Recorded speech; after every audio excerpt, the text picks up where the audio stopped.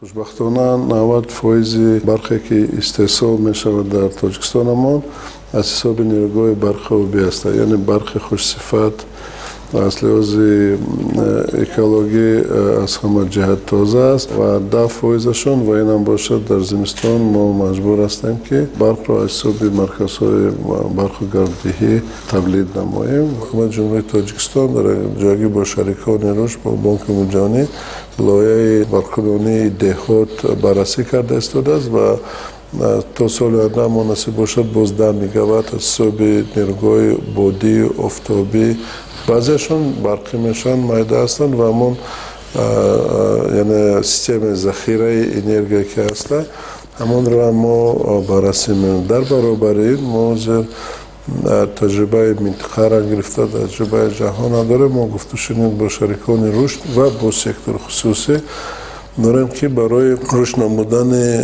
هم انرژی آفتاب و هم انرژی باد مطمئنم که همین سال ما علاقه سلسله لایحه را امضا میکنیم و ما در نظر داریم که در 10 سال آینده باز 700 میگاوات فقط از حساب نیروگاه برق آفتابی و بادی بررسی نماییم. در زمستان که کمابی است و طلبات به برق زیاد است چون که اکثریت قوه برق از طرف اهالی استفاده می شود و در زمستان این قسمت اساساً وابسته به گرمکنی انشاءات‌های خانه هاشون می باشد. بنابراین ما تجربه یعنی مرکزهای برق و گرمدهی شهر دوشنبه بین‌آور گرفته تا حال ضرورت دارد که ما این مرکزها رو تشکیل دهیم و موضوع دیگری که برای ما مهم است برای تامین نمودن استقلالات انرژتیکی این به واسطه که دوام دادن آن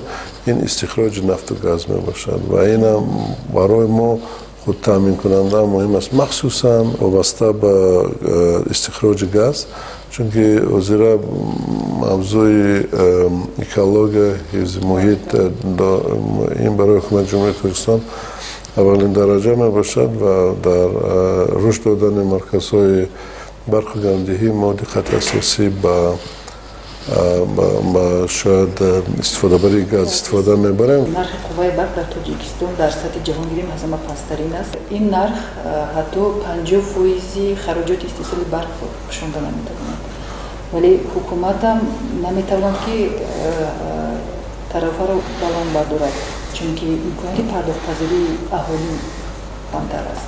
حل این تضاد روشنی چی نمی‌بینید؟ از یک طرف مردم از یک طرف ضرر بوده بخش انرژتیک. حکومت جمهوری تاجیکستان در معین نمودن تعرفه ها شرایط اجتماعی اقتصادی اهالی را به نظر گرفته استاده است. این سیاست حکومت جمهوری تاجیکستان را از روبروی به واسطه جناب علی ما این مسئله را به پیشکار خود مانده بررسی خواهیم نمود.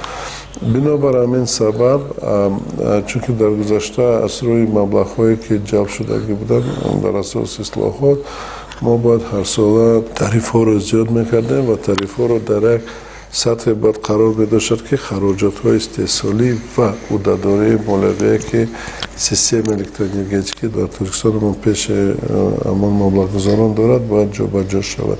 لیکن مد نظر داشت پاندمی کووید 19 حکومت جمهوری تاجیکستان ضرور داشتن که همین زیاد کردن تعرفه باز داشتن. مشکل‌های خدمات رسانی که ما در ساحه الکترونیکی دارم این از وضعیت مالیاتی شرکت برق تاجیک در گذشته داشت و ما 3 جمعیت داریم و همین ضرر را به واسطه حکومت جمهوری تاجیکستان با شکل‌های مکانیزم‌های ارخیله جابجا می‌کردند و تحلیل نشان می‌دهد که برق نداشتن قیمت‌تر می‌باشد برای اهالی نسبت آنه که برق قیمت داشتن و این تجربه را ما در ولایت مختار کوهستان بدخشان دیدیم.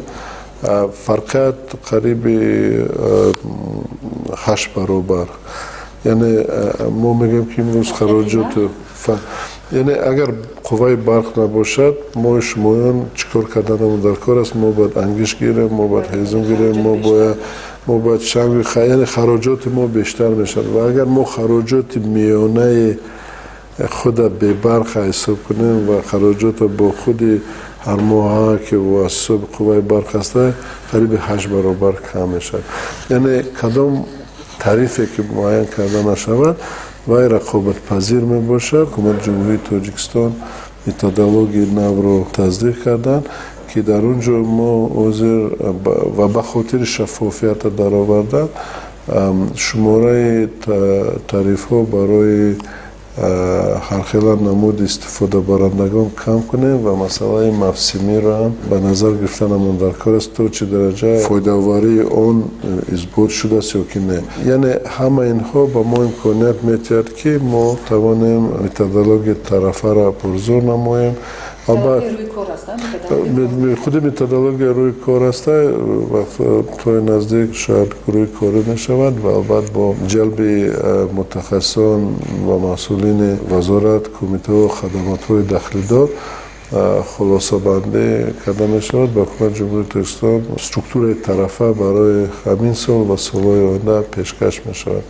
همین گفتنی هستم که در همه سناریوها ما منفعت اهالی رو به نظر میگیریم و این باید موازنت درست باشد. از یک طرف افضلیت به خود حفظ اجتماعی اهالی داده شد، لیکن از طرف دیگر ما باید شرایط مهیا کنیم که جمعیت ها در سیستم الکترونیکی درست فعالیت کنند و خدمت رسانیشون دوام کنند.